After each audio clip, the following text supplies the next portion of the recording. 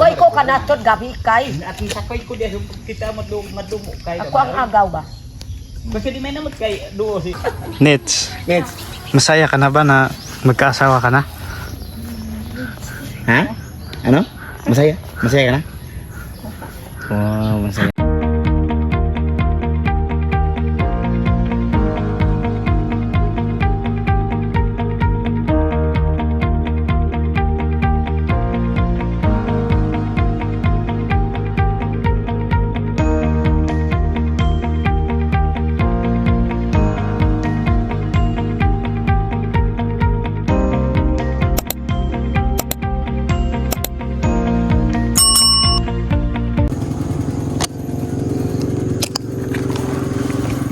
So yun po mga kababayan, at naihatid ko na po yung aking mama at asawa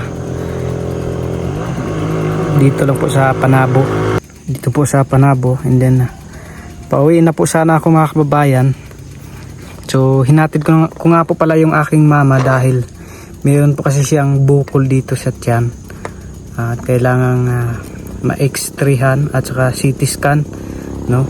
So although napa-x-ray na po nung una doon sa private, so nung nakaraang buwan pa yun mga kababayan na pina-check up doon sa private. So yun, niresitahan nga po, and then pinaano lang ng doktor kung matunaw ba. So kahit ayun, palaging sumasakit po yung tiyan ng aking mama, kahit naisipan ko na ibalik doon sa SPMC. So kaso lang yun po yung sabi ng doktor na CT scan or X-ray ba yun. So nung ibinalik namin dun sa private na mga kababayan, so nung nung hinawakan ng doktor na wala na silang mahawakan na wala na silang mararamdaman na bukol dun sa kanyang tiyan. So sabi ulit ng doktor na baka dun sa kanyang bituka yung may diferensya, kaya sabi ng doktor namin na buti muna na ipunta doon sa SPMC at ipa-CT scan or ano bang tawag doon para makita kung ano yung sakit. So kaya ayun, hinatid ko ngayon para yun mapatingnan at ma-schedulean, no, kung kailan uupirahan. So matagal-tagal na rin po kasing nagtitiis yung aking mama mga kababayan. So ayun. So tulungan nyo nga po pala akong ipag-pray mga kababayan, no, isalin nyo po sa inyong mga dalangin yung aking mama na sana yun mapadali yung kanyang operasyon, no, para hindi na po siya magtiis sa sakit na kanyang iniinda, no. So pauwi na sana ako ngayon mga kababayan, kaso lang ay nag-chat si Peking Bombay na si Ninita ay nandun na pala, no, hinatid nung nakaalam kung saan nakatira yung lalaki na pinuntahan ni Ninita, no, nagkuha kay Ninita. Kaya ayun, sabi ni Peking Bombay na pupunta daw sila ngayon doon at gusto daw kasing makita ni Nanay Lorna yung pasensya na po sa maingay. Gusto daw po kasing makita ni Nanay yung lalaki. So mabuti at nandito lang po ako sa malapit. So mag-chat lang ako kay mga kabayan, kay Unyot kung nasaan sila para makapunta ako, at papunta daw rin po sila Sir Paul dun mga kabayan. So ayan, at samahan niyo po ako ngayon mga kabayan sa mga ganap sa pagpunta po doon. Tara po, let's go.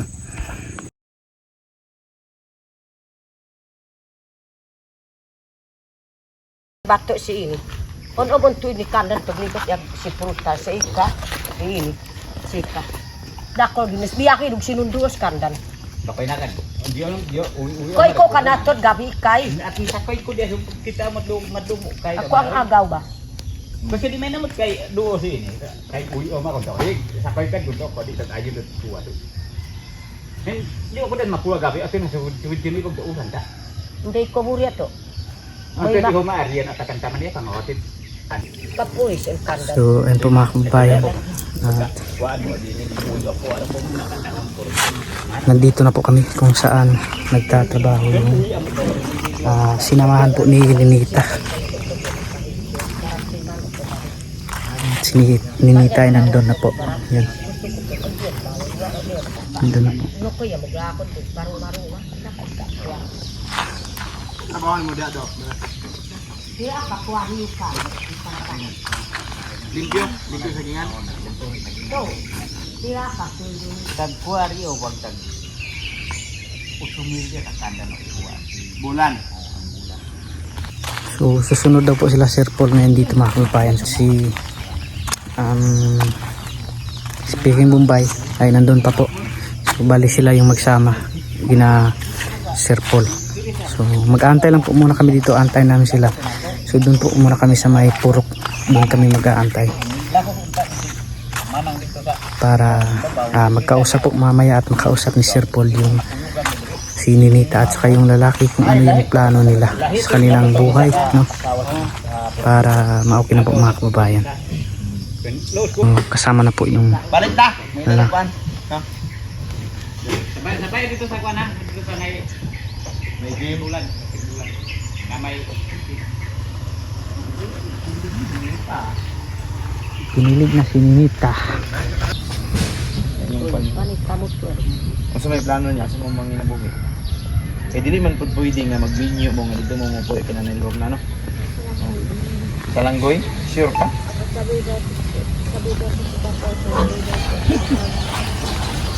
Hindi ganun na lang siguro pag ano kung saan yung merong panghanap buhay o Nets, ano yung nets? Nanay, unsa po imong plano dai nay? Asa sila magkuan pananglitan madayon no magka-okay na kay Sir Paul karon na mag-asawa na sila. Asa man sila magpuyo? Imong desisyon ng ginikanan. Ang desisyon po sa iyang papa, sa Salanggoy. Karon oh, sa Langgoy. Tingnan niya asa magkakaroon ng trabaho gani? Pilit do. Malaga pero naka-income na permente. Kung na-income, nanay. Na-income sila permente diha kani si Jory. Nagtrabaho man siya. Panalitan og sa Salanggoy.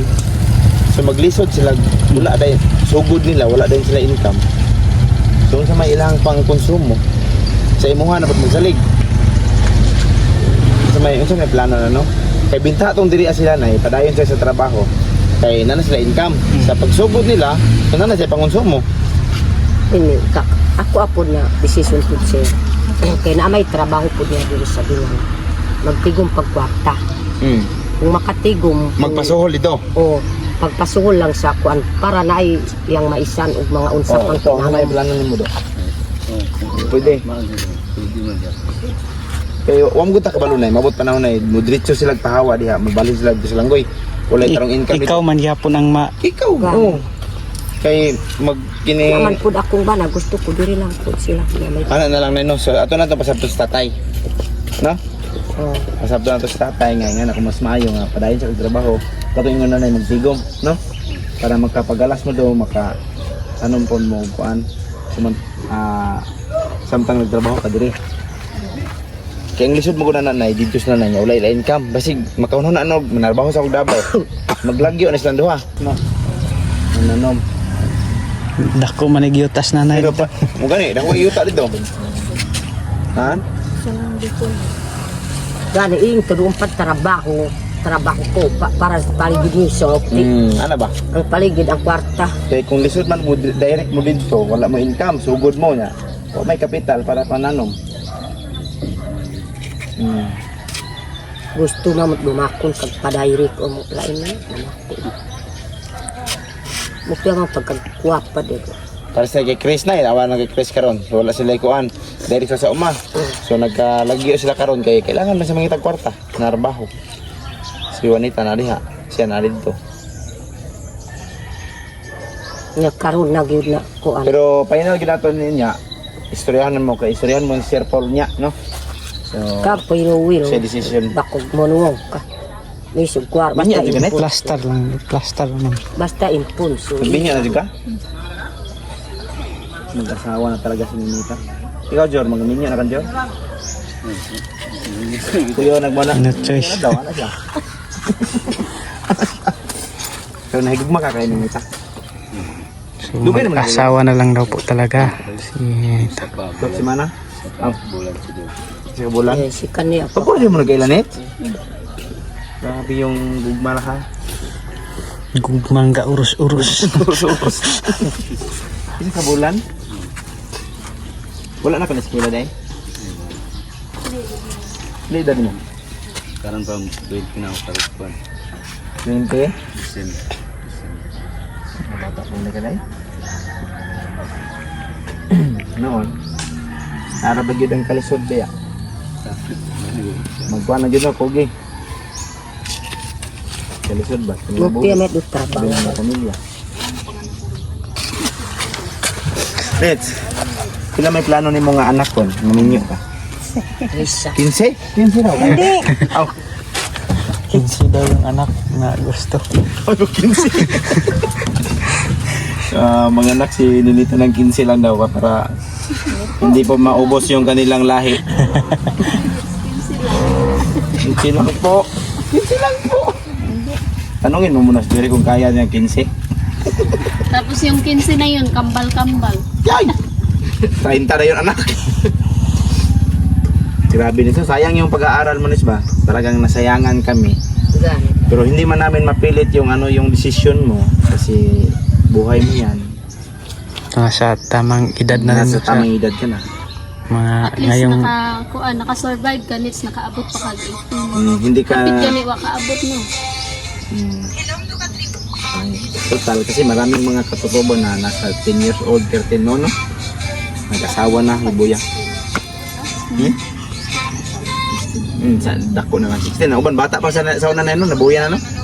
May gani, wala naman nagibuya sa una na yun no? So yun po mga kababayan, habang inaantay po namin sila Sir Paul.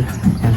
So kinausap po muna kanina ni Onyot at pinayuhan kung ano yung mga dapat gagawin pag kung sila'y mag-asawa na talaga. So kailangan basta yun. So antayin lang po muna namin si Sir Paul at siya na po yung bahala kung ano yung pag-uusapan nila, kung ano yung, and then kinananay Lord na din po kung ano yung kanilang desisyon kung saan titira, no? So yun yung pinayo namin kanina na kung saan merong mapagkitaan, so doon sila titira kaysa man lang na aasa na naman kay nanay. So mas mahirap yun, mas lalong ma-stress si nanay, kaya pinayuhan namin si nanay na ano bang tawag dun, kung saan yung may trabaho at makapag-income yung lalaki, so doon lang para hindi sila mahirapan, no? At hindi rin ma-stress si nanay kasi pag wala silang makain, so tatakbo sila doon kay nanay kapag doon lang sila, no? Ayan, sana so okay naman si nanay, so yung papa na lang po ni Ninita yung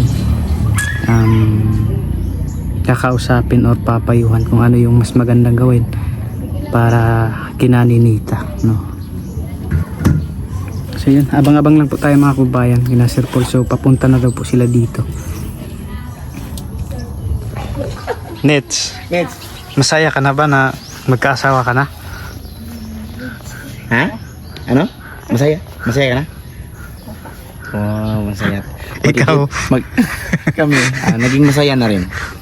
Kasi na ano na siya, nalagay na siya sa kanyang plaster. So masaya na kami kasi gusto niya man talaga ni Ninita. So kung saan siya masaya, susuportahan na lang natin.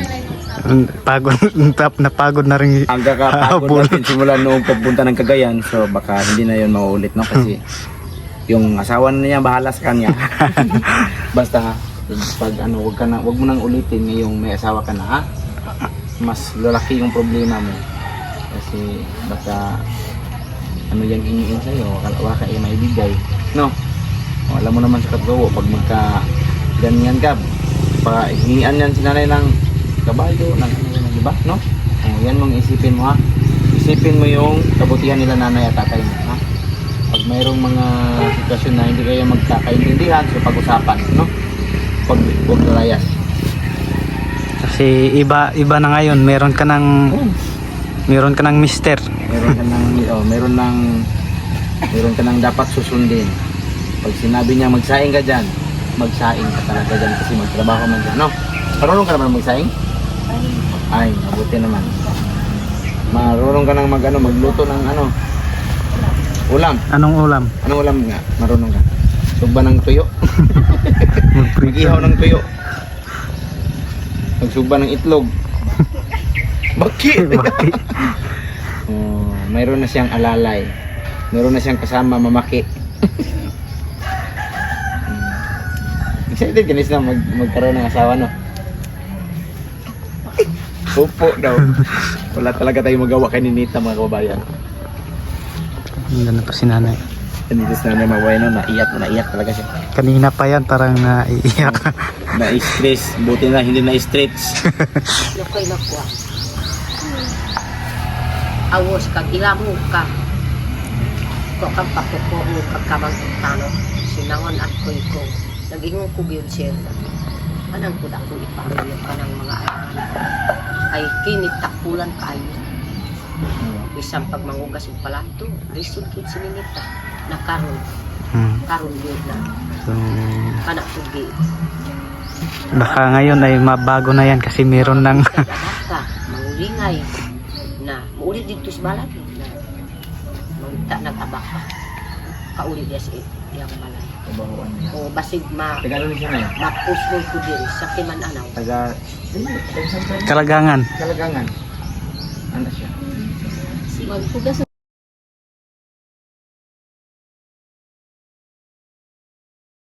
Yan. Nandito na po sila Sir Paul, mga kababayan. Ayan, o bayo. O Yung kitakid aro. nakakito.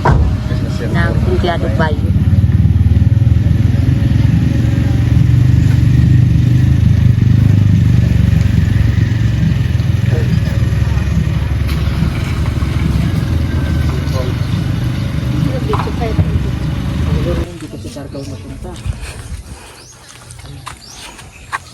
Hindi nga sa Sargao napunta eh.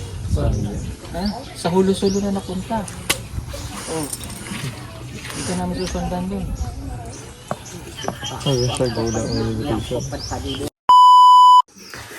So yun po mga kababayan, at kauwi lang po namin galing doon sa sa pinagtrabahuan po ng sinamahan ni Ninita na lalaki. Ayan. So, yun yung plano po mga kababayan. Mapapanood po dyan kay Sir Paul. Yun. Wala na po tayong magagawa sa kanilang desisyon ni Ninita. So, total nasa tamang edad naman po siya. At mag-i-18 na po siya, no? And then, yun yung plano na ngayong Sabado ay pupunta yung mga dato or magulang po ng lalaki dyan sa bahay ni Nanay Lorna para i-settle, no, kung ano yung mga dapat gawin para sa kanila, no, kanila ni Ninita. So, yun, abangan nyo lang po yung mga ganap ngayong Sabado mga kababayan. Pupunta tayo doon, or speaking Bombay ba, so para makausap ni nanay yung mga dato na paryente po ng lalaki, no? So yun, dito ko lang po tatapusin ang video na ito mga kababayan, at maraming salamat po sa inyong lahat, no, sa walang sawang suporta at panunood po sa aming mga video, lalong na po sa inyong pag-suporta kay Sir Paul Pugong Biyahero. Maraming salamat po, no. And then thank you din po kay God, unang-una kay God sa mga blessings na kanyang ibinigay bawat isa sa atin. So siyempre unang-una na yung paghinga natin, no, at nagising ba tayo ng umaga. So yun yung pinakamalaking blessings na galing kay God. So and then pangalawa kay Sir Paul, and then kay Peking Bombay, no, na siya rin po yung naging dahilan para mapabilang tayo sa PB Team. Kaya maraming salamat po. And then sa inyo po, no, sa hindi nag-skip ng ads na lumalabas sa aming mga video, maraming salamat sa inyo, at malaking tulong na po yun, malaking bagay. So kagaya na lang po ngayon na mayroong emergency sa aking pamilya, ay malaking tulong na po yun, no. At maraming salamat po sa inyo. So So, yun lang po. Hanggang sa muli. God bless us all. Bye-bye.